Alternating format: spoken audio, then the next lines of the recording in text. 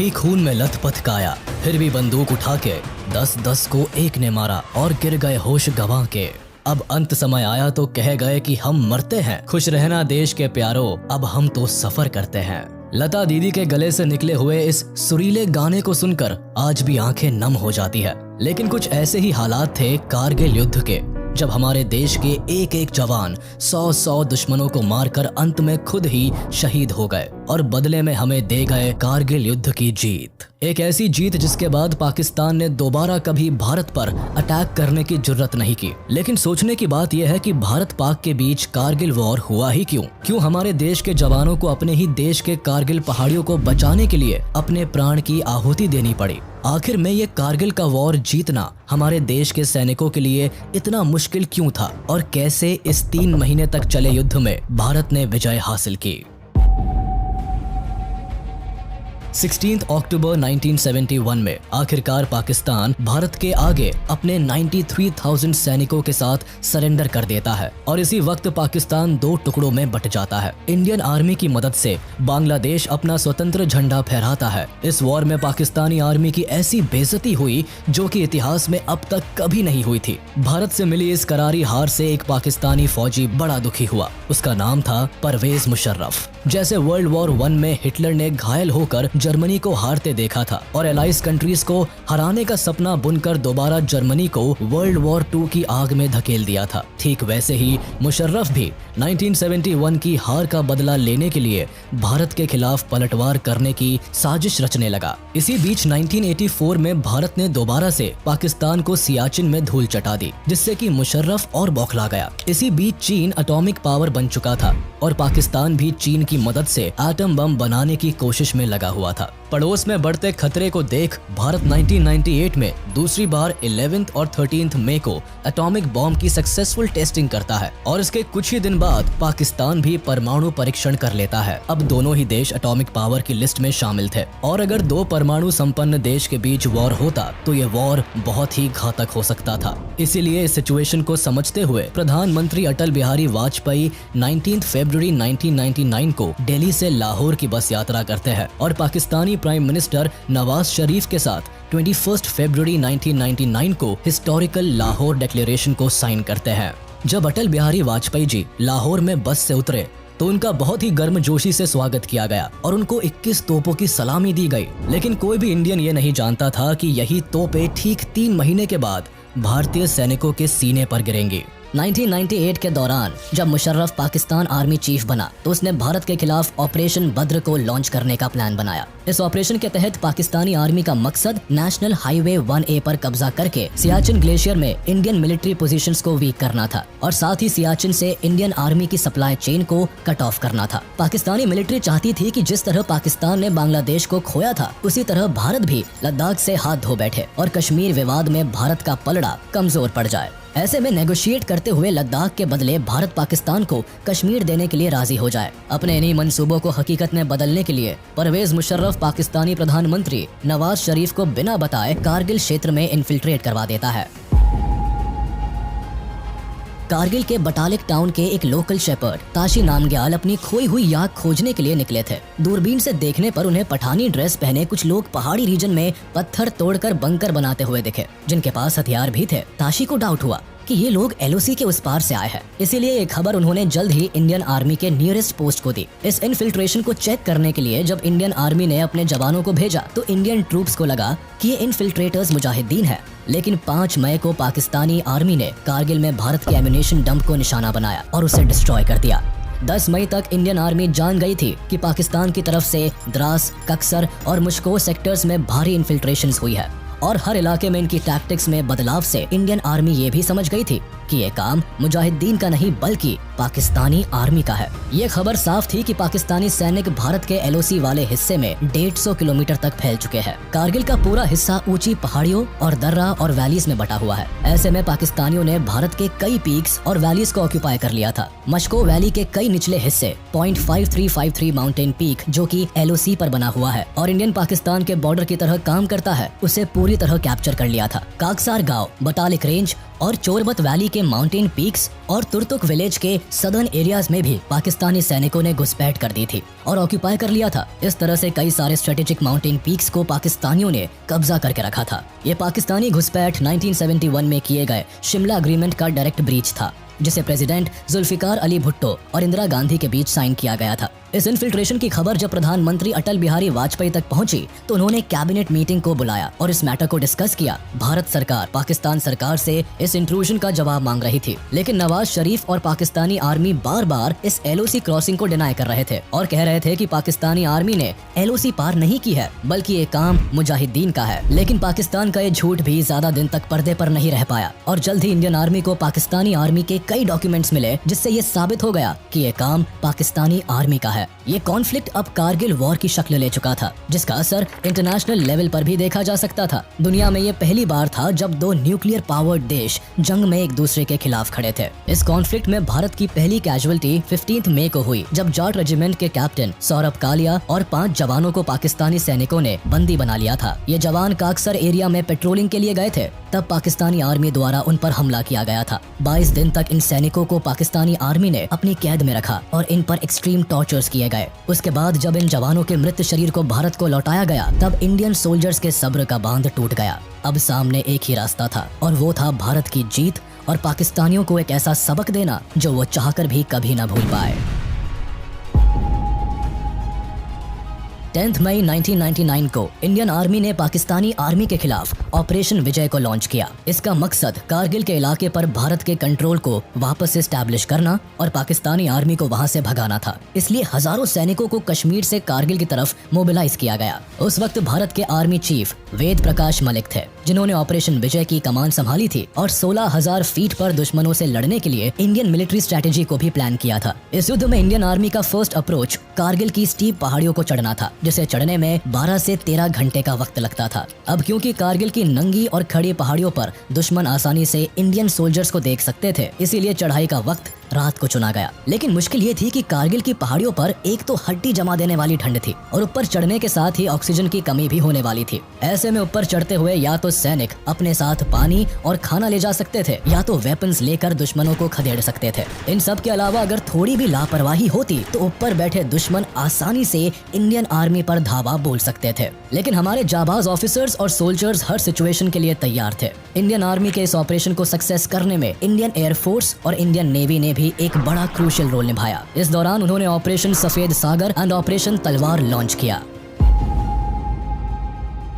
25 मई को cabinet committee on security ने Indian air force को अटैक के लिए गो अहेड दिया और 26 मई को इंडियन एयरफोर्स ने ऑपरेशन सफेद सागर को लॉन्च किया। एयरफोर्स को प्रधानमंत्री अटल बिहारी वाजपेयी की ओर से साफ इंस्ट्रक्शन दिए गए थे कि किसी भी हाल में वो LOC को पार ना करे। ऑपरेशन सफेद सागर कारगिल वॉर में इंडियन एयरफोर्स द्वारा लॉन्च किया गया एयर ऑपरेशन था, जिसे कारगिल की पोस्ट से पाकिस्तानी आर्मी को खदेड़ने के लिए चलाया गया था। जब कारगिल कॉन्फ्लिक्ट बढ़ने लगा और दुश्मन कारगिल की पीक्स पर बैठे हुए आर्मी को लगातार क्षति पहुंचा रहे थे, तब आर्मी को एयरफोर्स की मदद की जरूरत हुई। ऐसी भयावह स्थिति में एयरफोर्स सामने आई, जिसने इंडियन आर्मी को कवर दिया और साथ ही साथ पाकिस्तानी आर्मी को एंगेज करके आर्मी को सपोर्ट किया, जिससे कि इंडियन आर्मी इन ऊंचे पीक्स पर पहुंचकर हैंड टू हैंड कॉम्बैट कर सके। साथ ही साथ पीक्स पर चढ़ते हुए सैनिक ज्यादा भार लेकर नहीं चढ़ सकते थे। ऐसे में एयरफोर्स उन्हें जरूरी सामान भी एयर ड्रॉप कर रही थी। 25 मई को एयरफोर्स द्वारा आर्मी को एयर कवरेज देने के लिए इस ऑपरेशन को लॉन्च किया गया था। शुरुआत में आर्मी की जरूरत थी कि एयरफोर्स उन्हें MI-17 हेलीकॉप्टर की मदद मुहैया कराए और एयरफोर्स ने किया भी ऐसा ही। लेकिन कारगिल की पहाड़ियों में स्ट्रेटेजी से एयरफोर्स को भारी नुकसान झेलना पड़ा। इस दौरान 28 मई को MiG-27 फाइटर एयरक्राफ्ट चलाने वाले फ्लाइट लेफ्टिनेंट नचिकेता, जो बतालिक सेक्टर में पाकिस्तानी ठिकानों पर हवाई हमला कर रहे थे, उसी समय उनके प्लेन को मार गिराया गया और उन्हें कैप्चर कर लिया गया। लेकिन इंटरनेशनल प्रेशर के चलते 4 जून को पाकिस्तानी आर्मी द्वारा उन्हें वापस लौटा दिया गया। अपनी स्ट्रेटेजी को बदलते हुए इंडियन एयरफोर्स ने इंडियन आर्मी को बेटर एयर सपोर्ट देने के लिए MiG-21, MiG-23 एंड MiG-27 को यूज करना शुरू किया। और मिराज 2000 को लेजर गाइडेड बॉम्ब से प्रिसीजन अटैक्स में लाया गया। इनकी मदद से एयरफोर्स ने दुश्मनों की पोजीशंस की रेकी कर उन पर एयर स्ट्राइक की और पाकिस्तानी आर्मी की पोजीशंस की जानकारी इंडियन आर्मी से शेयर की। इस जानकारी की मदद से ही आर्मी एक बेहतर प्लान के साथ दुश्मनों को टारगेट कर पाई। यह ऑपरेशन मौत को बुलावा देने जैसा था। इसमें एयर फोर्सेस के जाबाज सिपाही हथेली पर जान लेकर इस ऑपरेशन को कामयाब बनाने में लगे थे। कहानी में आगे बढ़ते हुए आपको ये भी बता दे कि कारगिल गर्ल कही जाने वाली जाबाज पायलट गुंजन सक्सेना ने पहली बार वॉर जोन में अपना चॉपर चलाया था और भारत की पहली महिला पायलट बनी जिन्होंने वॉर जोन में फ्लाई किया। इस दौरान उन्होंने ऑपरेशन विजय में काफी अहम भूमिका निभाई। उन्होंने वॉर जोन के खतरे में भारतीय जवानों के लिए डेली एसेंशियल्स की चीजें ड्रॉप की और कई भारतीय सोल्जर्स जो वॉर में शहीद हो गए थे उन्हें पहाड़ियों से वापस भी लाई। 3 महीने तक चले इस कॉन्फ्लिक्ट में इंडियन नेवी भी पाकिस्तान को घेरने में पीछे नहीं रही। इंडियन आर्मी को सपोर्ट करने और पाकिस्तान को चारों तरफ से घेरने के लिए नेवी ने इसी दौरान ऑपरेशन तलवार को लॉन्च कर दिया, जिससे कि अगर किसी भी सूरत में पाकिस्तानी फौजी कारगिल को ऑक्यूपाई करने की कोशिश करे तो इंडियन नेवी अपने मिसाइल्स के साथ पाकिस्तान को घुटने के बल झुकने पर मजबूर कर दे। नेवी इस वॉर में पाकिस्तान की पोजीशन को कमजोर करना चाहती थी। इस ऑपरेशन का मकसद पाकिस्तान पर प्रेशर बिल्डअप करके उसे युद्ध से पीछे हटाना था। इसीलिए मिड जून 1999 में इंडियन नेवी ने अपने ईस्टर्न और वेस्टर्न फ्लीट्स को अरेबियन सी में शिफ्ट कर दिया। भारत की नेवल पावर पाकिस्तान की नेवल पावर से 7 गुना ज्यादा हुआ करती थी। इसीलिए जब भारतीय नौसेना ने खुलेआम अपनी बैटलशिप से कराची के आसपास नेवल ब्लॉकेड लगाई तब पाकिस्तानी नेवी ने चुप्पी साधे रखी। इंडियन नेवी की स्ट्रेटेजी से पाकिस्तान इस कदर प्रेशर में आ गया था कि उन्होंने अपने ऑयल टैंकर्स और मेजर वॉरशिप्स को कराची बंदरगाह से हटाकर मकरन में शिफ्ट कर दिया था ताकि भारतीय जहाजों के साथ सीधे टकराव से बचा जा सके। हालांकि ऑपरेशन तलवार के तहत इंडियन नेवी ने पाकिस्तान पर डायरेक्ट अटैक नहीं किया,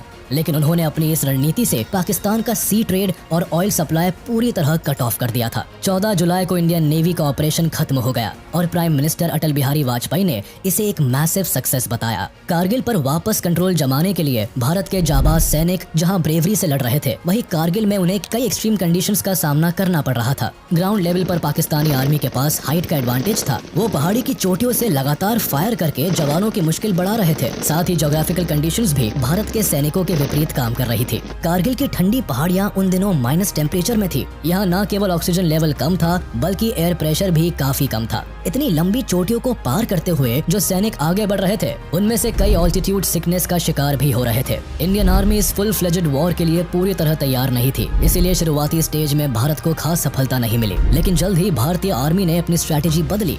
NH-1A पर पाकिस्तानी आर्मी की कांस्टेंट शेलिंग के बीच इंडियन आर्मी ने कारगिल के चैलेंजेस को ओवरकम किया और दिन के समय होने वाले फ्रंटल अटैक्स के बजाय आर्मी ने अपने अटैक्स की टेक्निक्स को बदला और चढ़ाई का वक्त रात को चुना गया।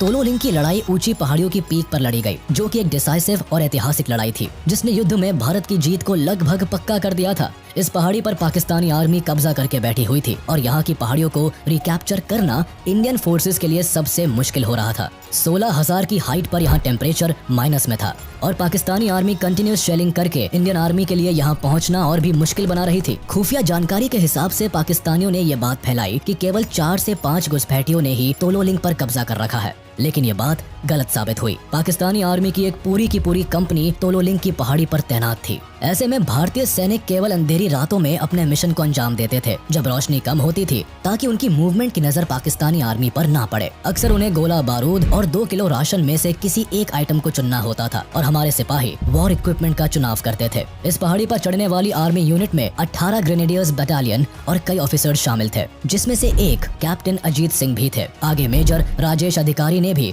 अपनी कंपनी लीड करते हुए पहाड़ी पर चढ़ने की कोशिश की। वह अपनी कोशिश में सफल हो ही जाते, लेकिन जब वो ऊंचाई से कुछ मीटर ही दूर थे तब घुसपैठियों ने इन्हें देख लिया और फायरिंग शुरू कर दी। इस फायरिंग में मेजर राजेश अधिकारी शहीद हो गए और उनके 2 साथी भी हैंड टू हैंड कॉम्बैट में शहीद हो गए। आगे पाकिस्तानी आर्मी की तरफ से भारी फायरिंग हुई, जिससे बचने के लिए सैनिकों को पत्थरों के पीछे पोजीशन लेनी पड़ी। अब जब सैनिक जरा भी मूवमेंट करते, वैसे ही पाकिस्तानी आर्मी की तरफ से फायरिंग शुरू हो जाती। इससे हुआ ये कि भारतीय सैनिकों की फौज बीच में ही फंस गई। इनके पास ग्रेनेड्स भी खत्म हो रहे थे। ऐसे में स्थिति को सुधारने के लिए कर्नल रविंद्रनाथ आगे आए, जिन्होंने 90 सोल्जर्स के साथ पहाड़ की चढ़ाई शुरू की। 12 जून को उन्हें अपने मिशन में तब सफलता मिली जब वह बीच में फंसे सैनिकों तक पहुँच गए। अब कर्नल रविंद्रनाथ भी दुश्मन से 1000 फीट की दूरी पर थे। यहाँ उन्होंने अपने सोल्जर्स को आखिरी बार जीत की कसम दिलाई और आगे बढ़ गए, जिसके बाद हमारी फौज उत्साहित होकर आगे बढ़ी। 4 घंटे तक लगातार फायरिंग जारी रही। 10,000 से ज्यादा शेल्स और 120 आर्टिलरी गन्स को फायर किया गया। प्लान के मुताबिक सैनिकों को 3 टीम्स में डिवाइड किया गया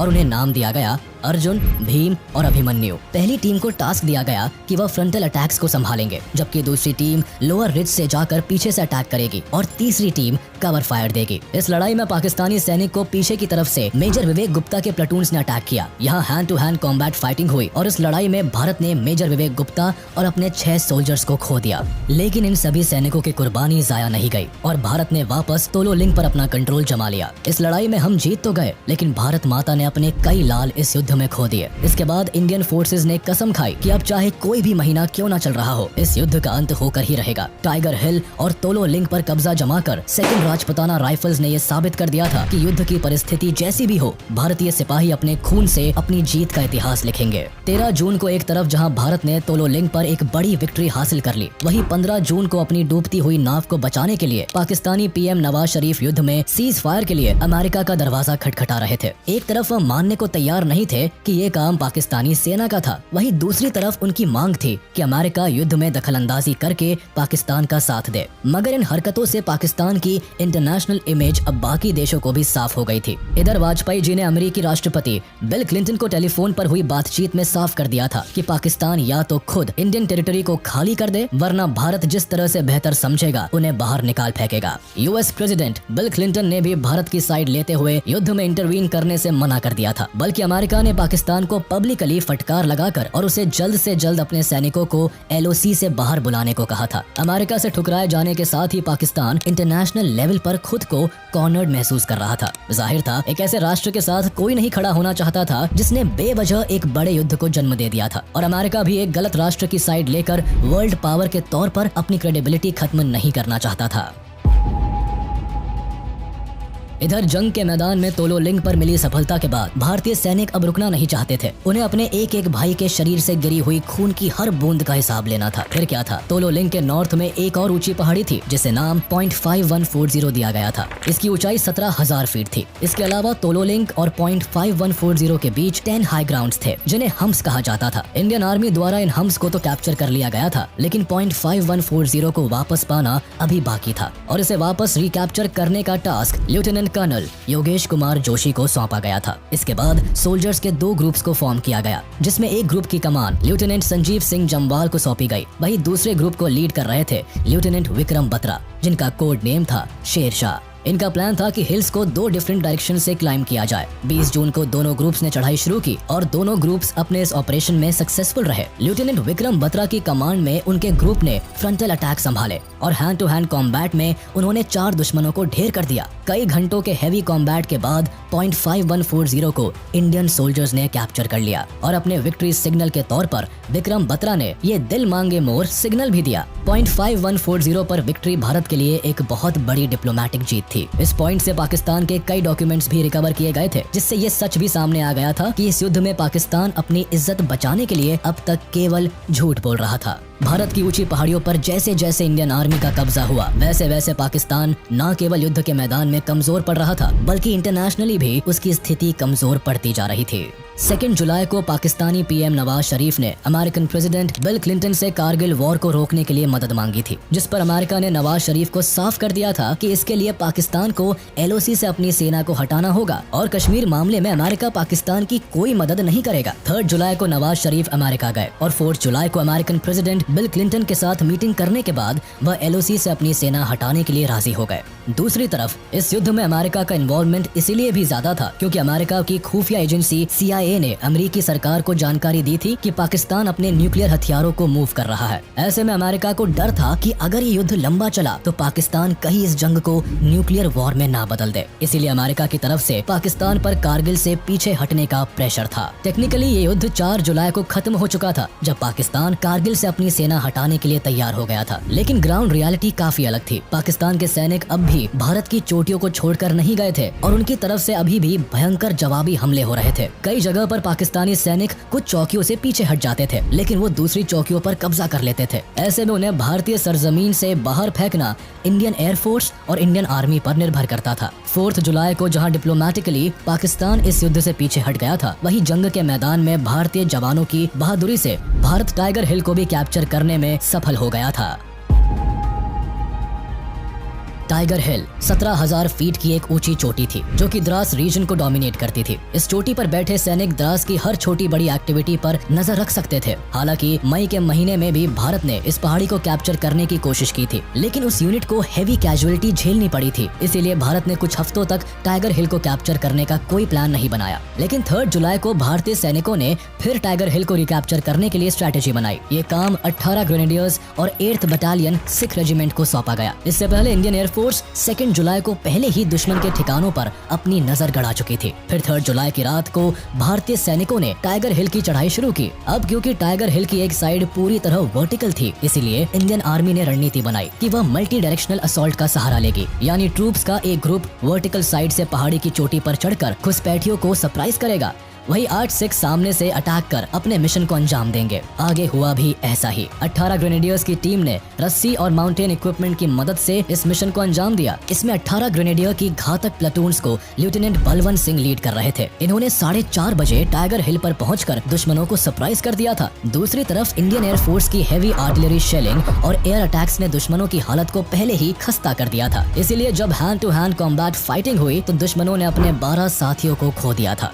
जबकि भारत की तरफ से 6 कैजुअलिटीज हुई थी। घायल हुए सोल्जर्स में एक सैनिक 19 साल के योगेंद्र सिंह यादव भी थे, जिन्होंने खुद से इस मिशन पर जाने के लिए वॉलंटियर किया था। ये रोप को लीड करते हुए आगे बढ़ रहे थे, लेकिन दुश्मनों को इनके बारे में पता चला और उन्होंने मशीन गन एंड रॉकेट की फायरिंग से इन्हें घायल कर दिया। लेकिन जख्मी हालत में भी ये अपनी चढ़ाई कंटिन्यू करते रहे और दुश्मनों पर ग्रेनेड फेंका और 4 दुश्मनों को मार गिराया। इन्होंने अपने साथियों के साथ मिलकर दूसरे बंकर को भी निशाना बनाया। इनकी बहादुरी से मोटिवेट होकर बाकी सोल्जर्स में भी जोश आया, जिसके बाद सबने बहादुरी दिखाकर टाइगर हिल पर भी जीत का झंडा लहराकर भारत का सर फख्र से ऊंचा कर दिया। Battle of Tololing and Tiger Hill की जीत से जहां जवानों का मनोबल बढ़ गया था, वहीं भारत की इस जीत की खुशी को हर भारतीय मना रहा था। लेकिन कोई नहीं जानता था कि इस खुशी के साथ एक ट्रेजेडी भी देश का इंतजार कर रही है।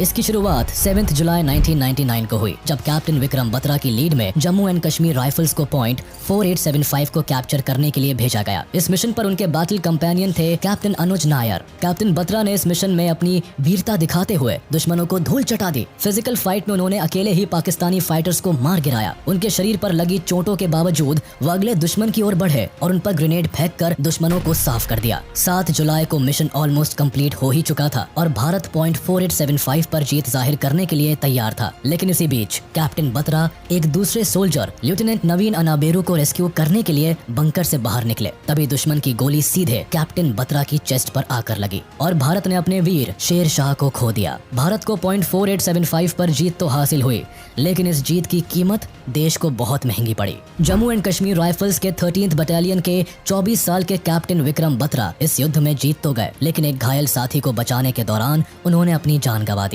देश को जीत की खुशी देकर खुद कैप्टन बत्रा इतनी छोटी उम्र में चल बसे। भारत ने अपने 2 हीरोज कैप्टन बत्रा और कैप्टन अनुज नायर को खो दिया था। आज के दिन पॉइंट 4875 को बत्रा टॉप के नाम से जाना जाता है। पॉइंट 4875 की बैटल के साथ ही कारगिल में भारत की जीत भी तय थी। एक तरफ जहां भारत ने द्रास का कंट्रोल अपने हाथ में ले लिया था, वहीं 7 जुलाई को इंडियन आर्मी बटालिक सेक्टर में जोबर हाइट्स को भी कैप्चर करने में सफल हो चुकी थी। बटालिक तुर्तुक सब सेक्टर, जो कि सियाचिन के करीब था, उसे भी इंडियन आर्मी ने अपने कंट्रोल में ले लिया था। भारत की युद्ध में ये डोमिनेशन पाकिस्तान को वॉर में पीछे खदेड़ रहा था और उसी का नतीजा था कि 11 जुलाई तक पाकिस्तानी ट्रूप्स बटालिक सेक्टर से पीछे हटने लगे थे। साथ ही 12 जुलाई को इंटरनेशनल प्रेशर में आकर पाकिस्तानी ट्रूप्स को पूरे कारगिल से पीछे हटना पड़ा था। 14 जुलाई को प्रधानमंत्री अटल बिहारी वाजपेयी ने ऑपरेशन विजय को एक बड़ी सक्सेस डिक्लेयर कर दिया था। लेकिन ये युद्ध ऑफिशियली 26 जुलाई को खत्म हुआ। जब इंडियन एयरफोर्स और आर्मी ने कंफर्म किया कि कारगिल से घुसपैठिए पूरी तरह से एविक्ट हो चुके हैं। इसीलिए आज इस दिन को